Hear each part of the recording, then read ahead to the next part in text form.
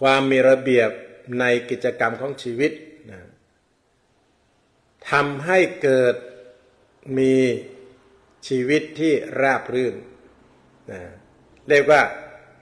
สีเลนะสุขติงยันตินะสุขติงแปลว่าทางที่ไปสู่สวรรค์นะหรือถ้าเราแปลแบบให้มันสัมผัสได้ก็คือว่าทางเดินชีวิตที่ราบรื่นยันติแปลว่าย่อมได้ย่อมเข้าถึงเพราะฉะนั้น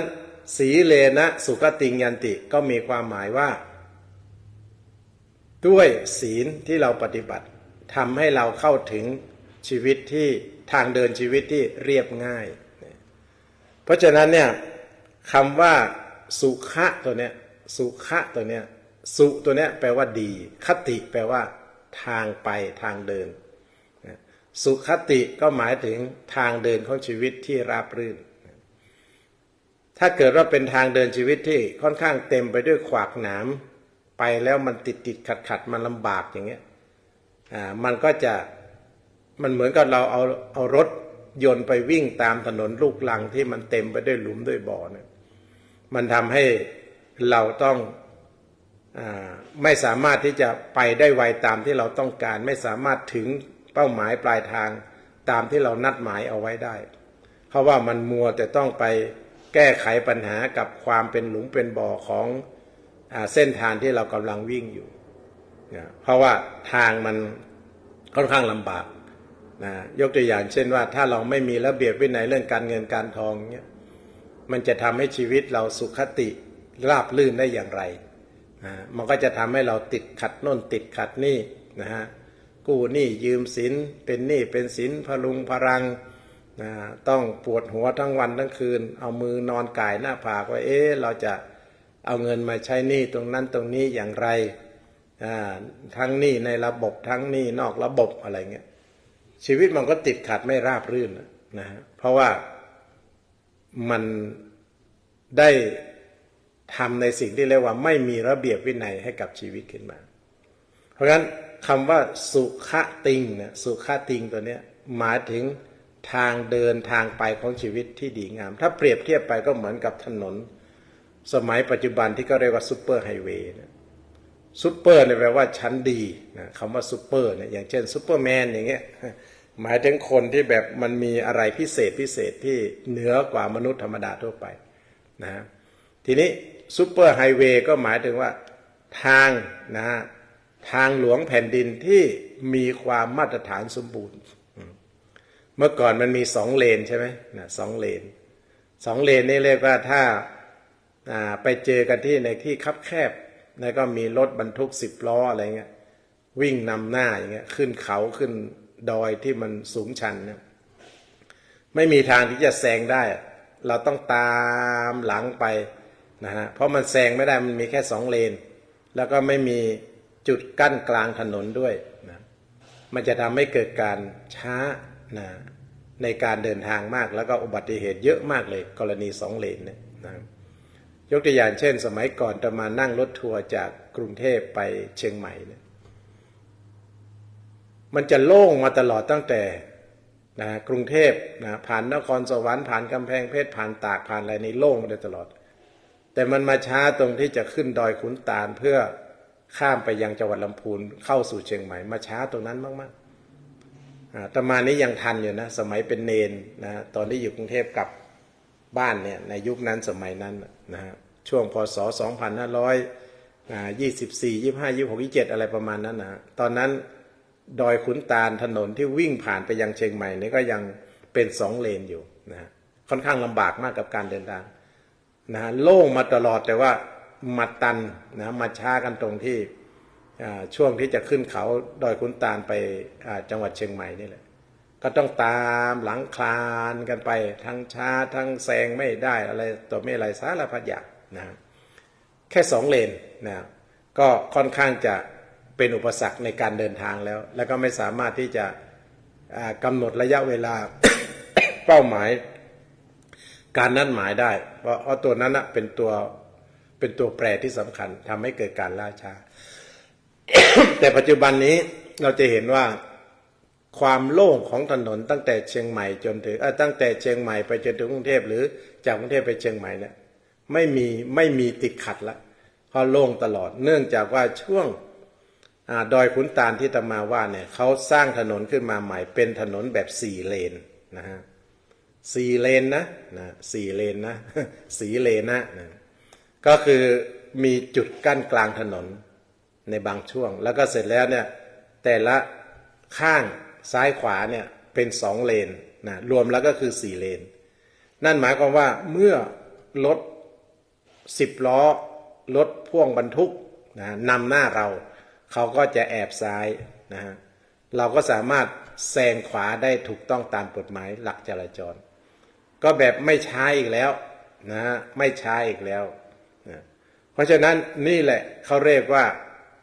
เป็นถนนแบบ4 เลนเป็นถนนแบบซุปเปอร์ไฮเวย์ได้รับการจัดวางได้รับการสร้างตามหลักมาตรฐานสากลเวลาเราจะข้ามถนนเงี้ยมองแค่ฝั่งเดียวก็พอ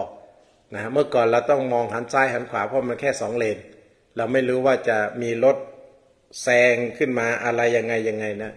ก็ไม่ปลอดภัยทั้ง2 เลน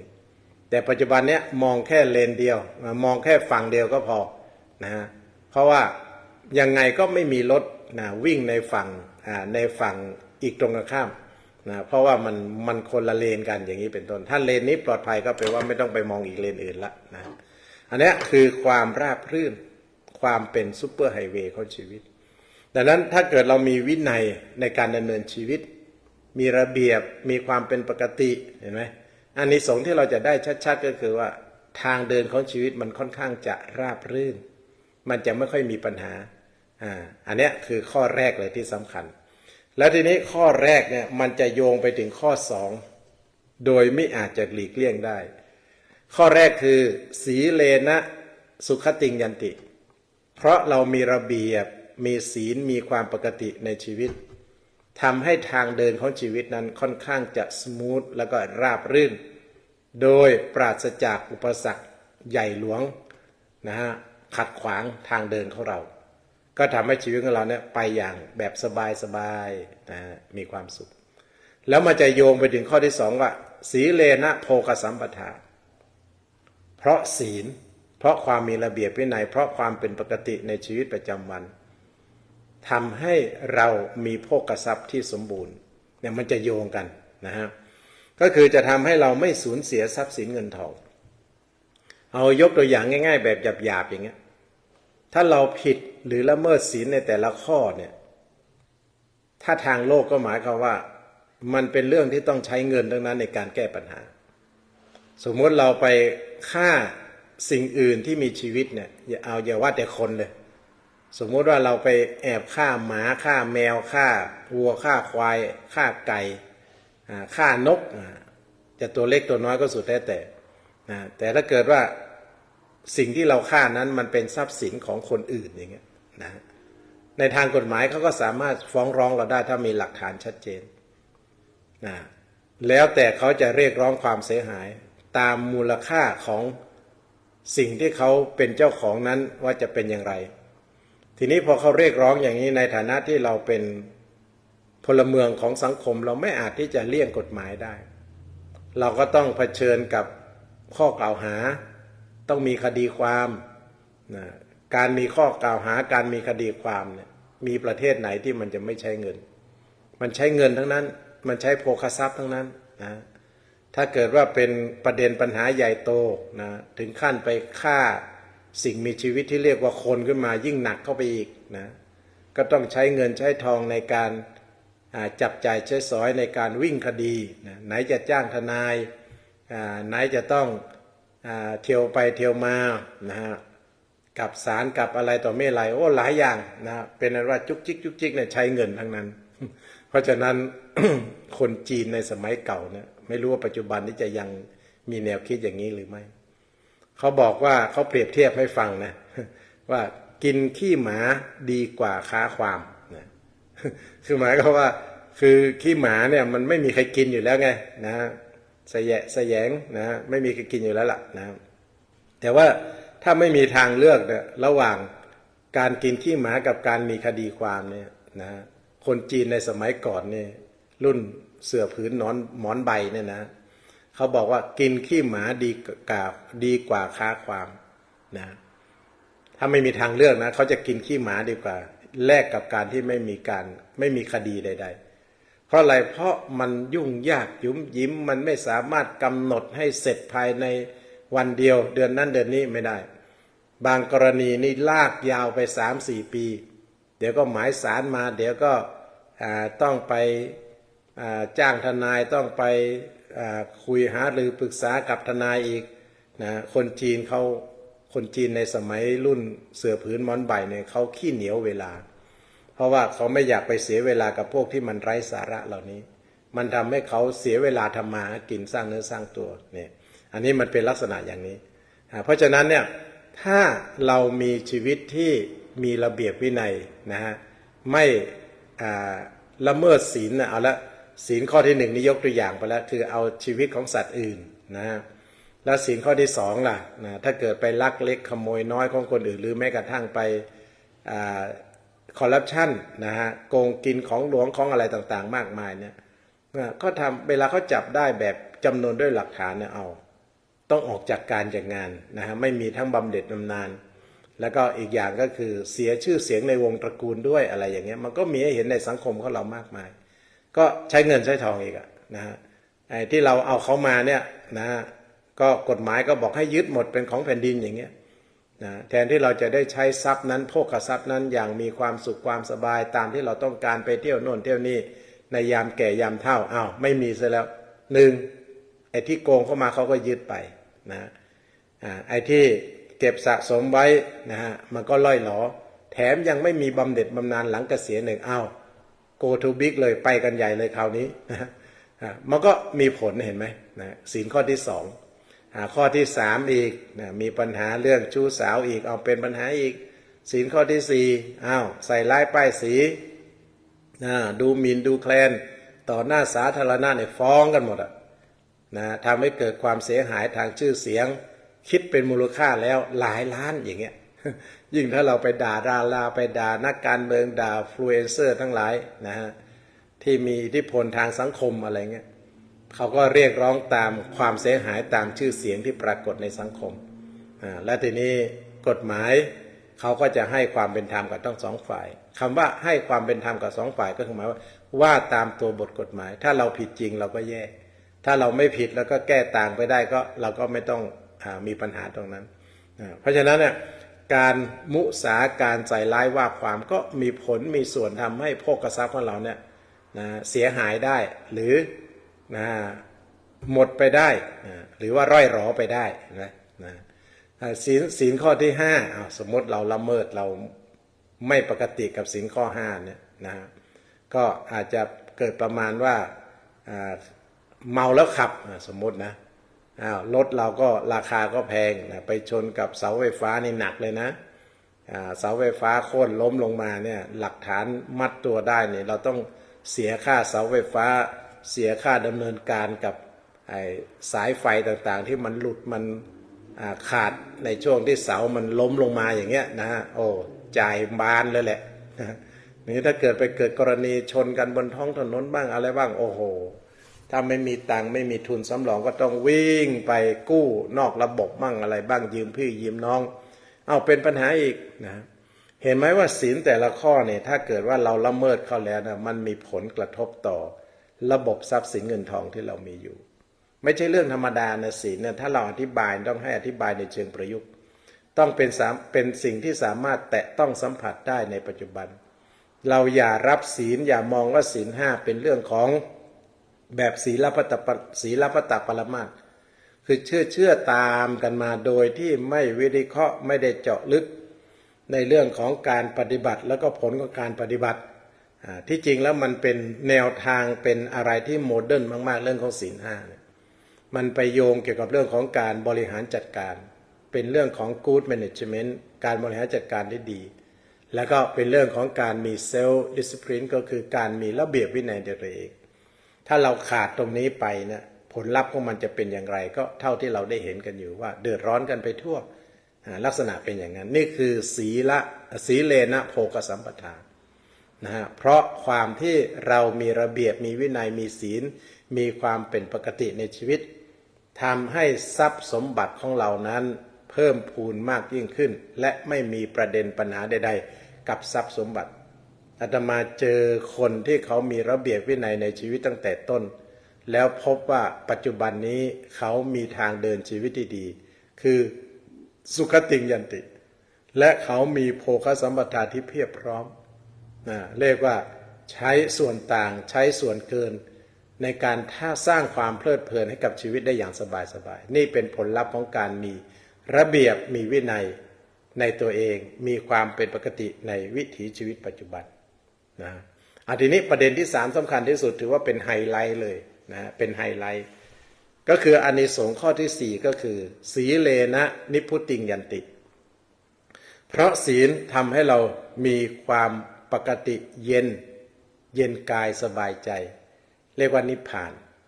นิพพานนี่ก็มี2เกรด2ระดับนะเกรด A ก็หมายถึงนิพพานของพระอรหันต์มีผู้เจ้าเป็นต้นนั่นคือหมายว่าหมดกิเลสประการทั้งปวงเมื่อขันธ์ดับรูปกายของเราเนี่ยดับไปดินน้ำลมไฟแตกสลายไปจิตวิญญาณของพระอรหันต์ก็จะกลายเป็นจิตวิญญาณที่ไม่มีเยื่อใยใดๆแล้วที่จะกลับชาติมาเกิดเป็นมนุษย์อีกแล้วก็เรียกว่าสูญหายไปเลยนะแต่ถ้าเกิดนิพพานในระดับพวกเราท่านเนี่ยเขาเรียกว่านิพพานแบบชิมลองนิพพานแบบทำให้เรามีความรู้สึกเย็นกายเย็นใจขึ้นมาชั่วขณะที่เรายังมีชีวิตอยู่แต่ว่าถ้าเรายังไม่หมดกิเลสยังมีโลภโกรธหลงยังมีกิเลสใหญ่น้อยทั้งหลายอยู่เนี่ยเราก็ยังมีเยื่อใยอยู่ก็คือยังไม่ใช่พระอรหันต์เป็นปุถุชนหรือจะเป็นระดับกัลยาณปุถุชนเป็นบุคคลกิเลสยังหนาแต่ว่าอยู่ในขั้นดีใช้ได้นะลักษณะประมาณอย่างนั้นนะเพราะฉะนั้นเนี่ยข้อสุดท้ายเนี่ยนะฮะหรือว่าเป็นตัวไฮไลท์ของการประมวลประโยชน์หรืออานิสงส์ของศีลทั้ง5ข้อได้นะนั่นก็คือสีเลนะนิพพุติงยันติเพราะความที่เรามีระบบมีระเบียบในชีวิตในการดำเนินชีวิตทำให้จิตใจของเราเยือกเย็นสงบไม่ว้าวุ่นไม่เดือดร้อนเพราะอะไร1ทางเดินชีวิตของเราก็ราบรื่นนะไม่มีขวากหนามไม่มีอุปสรรคมากมายจนเกินกำลังที่จะแก้ไข2ทรัพย์ภายนอกของเราก็พรั่งพร้อมนะไม่ต้องมีปัญหาให้ปวดหัวไม่ต้องไปกู้เงินนอกระบบไม่ต้องไปกู้เงินกับธนาคารหรือสถาบันการเงินอะไรต่างๆนะเพราะอะไรเพราะระเบียบวินัยที่เราทำไว้ในชีวิตของเราเนี่ยมันทำให้เกิดสิ่งเหล่านี้ทีนี้พอเราไม่มีปัญหาเรื่องทางเดินชีวิตนะเพราะมันราบรื่นเราไม่มีปัญหาเรื่องเงินทองอะไรล่ะมันเกิดขึ้นคือความเย็นใจนะความสบายใจไอ้ความสบายใจนี่แหละเรียกว่าเป็นนิพพานเป็นนิพพานแบบชิมลองของปุถุชนธรรมดาทั่วไปอย่างหลวงพ่อพุทธทาสท่านบอกว่าลองแกล้งนิพพานสักครั้ง ก็คือลองทำให้จิตใจมันสงบสงเงียมจิตใจเยือกเย็นสักชั่วครู่ชักขณะแล้วท่านจะติดใจรสชาติของความเย็นสงบแบบนิพพานนะท่านพูดให้เราพอจะเข้าใจนะฮะเพราะว่าความเย็นสงบทางกายทางใจนะมันมีผลส่งอิทธิพลส่งกำลังที่เหนือกำลังให้กับรูปแบบการใช้ชีวิตข้างนอกทั้งหมดไม่ว่าจะเป็นเรื่องของเข้าของเงินทองทรัพย์สมบัติการดำเนินชีวิตความสัมพันธ์คอนเนคชั่นต่างๆในสังคมมันจะดูดีไปหมดเขาเรียกว่าอยู่ในแดนบวกถ้าเกิดว่าเป็นการเล่นหุ้นก็หมายว่าอยู่ในแดนบวกไม่ใช่อยู่ในแดนลบถามว่าเป็นเพราะอะไรเป็นเพราะการที่เราได้สร้างระบบสร้างระเบียบนะฮะในชีวิตของเรานะมาตั้งแต่ต้นก็เลยทำให้ทางเดินชีวิตของเราราบรื่นทำให้ทรัพย์สมบัติที่เรามีอยู่นั้นพอกพูนและที่สำคัญมันทำให้เรานั้นมีความเย็นใจสบายใจนี่เห็นไหมเพราะฉะนั้นอานิสงส์ของศีลทั้ง3ประการนี้ถ้าเกิดขึ้นมีกับชีวิตของผู้ใดแล้วนั่นหมายความว่าท่านได้ดำเนินชีวิตตั้งแต่ต้นจนจบด้วยความมีระเบียบ ความมีวินัยในการดำเนินชีวิตนะมาอย่างราบรื่นนั่นเองนี่อันนี้ก็คือความหมายของศีลห้าทั้งในส่วนที่แคบก็คือในส่วนที่เรียกว่าพูดถึงเรื่องของศีลห้าเริ่มจากปาณาติปาตาเวรมณีไปจนกระทั่งถึงสุราเมรยะนี่คือศีลห้าแบบแคบๆแต่ถ้าเกิดมองในลักษณะที่กว้างขึ้น190องศาขึ้นไปเราก็จะเห็นแบบรอบด้านเลยนะฮะก็คือมันจะเป็นเรื่องของความมีระเบียบวินัยในชีวิตนั่นเองเป็นเรื่องของการบริหารจัดการเป็นเรื่องของ how to ว่าทำอย่างไรจะให้ชีวิตนั้นประสบความสำเร็จในลักษณะต่างๆอย่างนั้นอย่างไรนี่คือสิ่งที่ได้เกิดขึ้นในคำบรรยายของอาตมาในวันนี้ก็ขออนุญาตทักทายนะฮะขออนุญาตทักทายบรรดา FC แฟนคลับทั้งหลายที่ได้เข้ามาฟังในวันนี้ขอเจริญพรคุณโยมพี่โหนงจิรารัตน์เกียรติสันติกุลคุณโยมพี่แตนกระยาว่องทิพย์คงคานะคุณแม่อารยาเรืองสอนจากซอยกำนันแม้นกรุงเทพมหานครคุณโยมทัดพิชาแสงสวัสดิ์กราบนมัสการยามเช้าเจ้าค่ะท่านอาจารย์ที่เคารพสาธุนอกจากนั้นก็มีคุณโยมเค้นธนานี่แน่นหนามากติดตามทุกวันทุกรายการทั้งของอาตมาและก็ของท่านอาจารย์ดร.จัญญาตลอดจนถึงท่านอาจารย์ดร.นรินทร์นอกจากนั้นก็มีคุณโยมน้อยนะประเสริฐพรหมประเสริฐนะฮะกราบนมัสการข้าท่านอาจารย์นำพรนะแล้วก็ตามติดด้วยคุณแม่สมภาพคมสันนะอาจารย์แม่ของอาตมาที่เป็นผู้จุดประกายทำให้อาตมาได้มีโอกาสได้เป็นนักเทศน์นักสอนก็เริ่มต้นจากที่ท่านผู้อำนวยการสมภาพคมสันได้นิมนต์ไปสอนเด็กในโรงเรียนคุณาธีรุทไทยรามวิทยาคมตั้งแต่ปี2527ยาวไประยะทางได้ถึง8ปีนะฮะก็ขอโมทนานอกจากนั้นก็มีคุณแม่คุณโยมพรพันธ์เบรดเล่กราบนมัสการท่านอาจารย์มีคุณโยมพี่ไก่สุพรรณิกาฉายาลักษณ์อดีตนักร้องวงนักร้องนำของวงสุนทราภรณ์ในอดีตนะครับ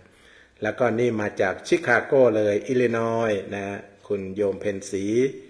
ภักดีไทยกราบนมัสการท่านอาจารย์อนุโมทนาสาธุ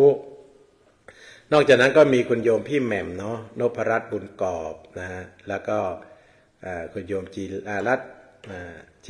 เกศสันติกุลโยมพี่โหนงกราบนมัสการท่านพระอาจารย์อัมพรค่ะนอกจากนั้นก็มีพี่น้อง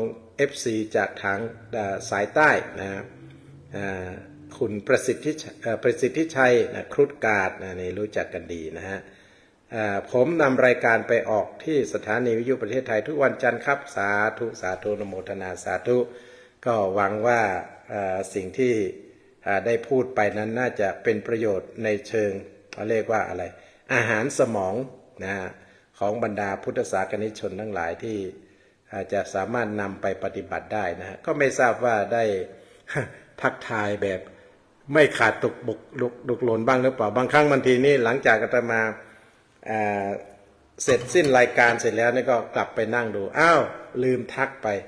คนนี้เพราะมันโผล่ขึ้นมาทีหลังอันนี้ยังไงก็ต้องขออภัยด้วยนะอย่างไรก็ตามก็ต้องขออนุโมทนากับญาติโยม